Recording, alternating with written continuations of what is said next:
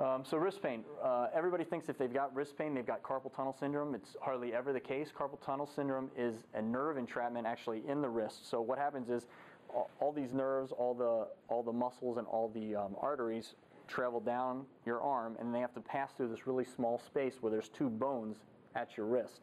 So what happens is that a nerve will get entrapped at your wrist, and really it won't give you a lot of wrist pain as much as you'll feel pain or tingling or numbness or weakness even in the hands, and specifically these three fingers, your thumb, your pointer, and your middle finger. So that's traditional carpal tunnel instead of just having wrist pain. So wrist pain is generally, if it's caused by repetitive hand motion, just tendinitis. So it's pain in the wrist, pain in the forearms, and it's usually exacerbated by doing something repetitively with your hand. Taking short breaks, again, that's kind of the cure-all for some of this stuff. Taking short breaks, getting out of position will help a lot. An ergonomic keyboard is often very helpful, and that's what it looks like. The only difference being that the keys on a normal keyboard go straight across. They force you to do this with your wrist, which puts a lot of strain even before you start doing anything on the wrist itself. All this is doing with this V shape is kind of letting your hands be in a neutral position. So that's a little advanced for just if you have a little bit of wrist pain, but something you might want to consider. A couple stretches, we'll talk about them in a second. She's doing one, we'll kind of demo it. Continued symptoms or any symptoms in the hand, any weakness or tingling or numbness in the hands, get that checked out right away. Summary, again, changing position is the key. It removes the strain from the problem areas. The ones we talked about being the lower back, the back of the neck, the shoulders, and then the wrists. And then proper posture is key, either using a low back support or what we just talked about, an ergonomic keyboard. There's my website. We'll take questions after we get done with the demo. That's it. So now I'm just going to go through this chart a little bit, and we'll talk about some of this stuff. Can I use you? So the first thing I'll do is kind of demo where a low back support should be and what you can kind of use for one.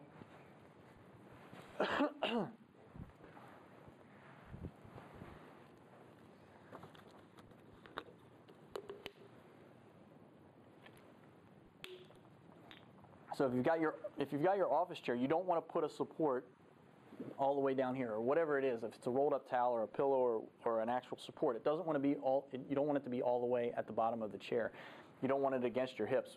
Where you want it is against the small of your back. You want your hips all the way against the back of the chair, and you want a little bit of space between the low back and the chair itself. So you want something pressing into your low back. It's almost like where it's pressing in, making a little bit uncomfortable, where it's opening your chest up. You feel like your shoulders are coming back. You can breathe a little bit better. So if she's sitting, she's got, again, her hips or her butt all the way against the back of her chair. This is probably a little too thick, but you want it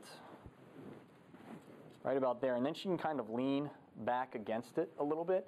And again, she's not going to be able to sit in this kind of position all day long. She's going to slouch forward. Everybody's going to do it, but this may keep you from bring you from this kind of position to there, and that might eliminate 100% of your problems. You don't need to be all the way up in military position all the time to not have pain or not have problems. From here to here might eliminate your problems completely. So that's kind of the low back support. Now we'll talk a little bit about the sheet I gave you, which are just some of the stretches that we went over.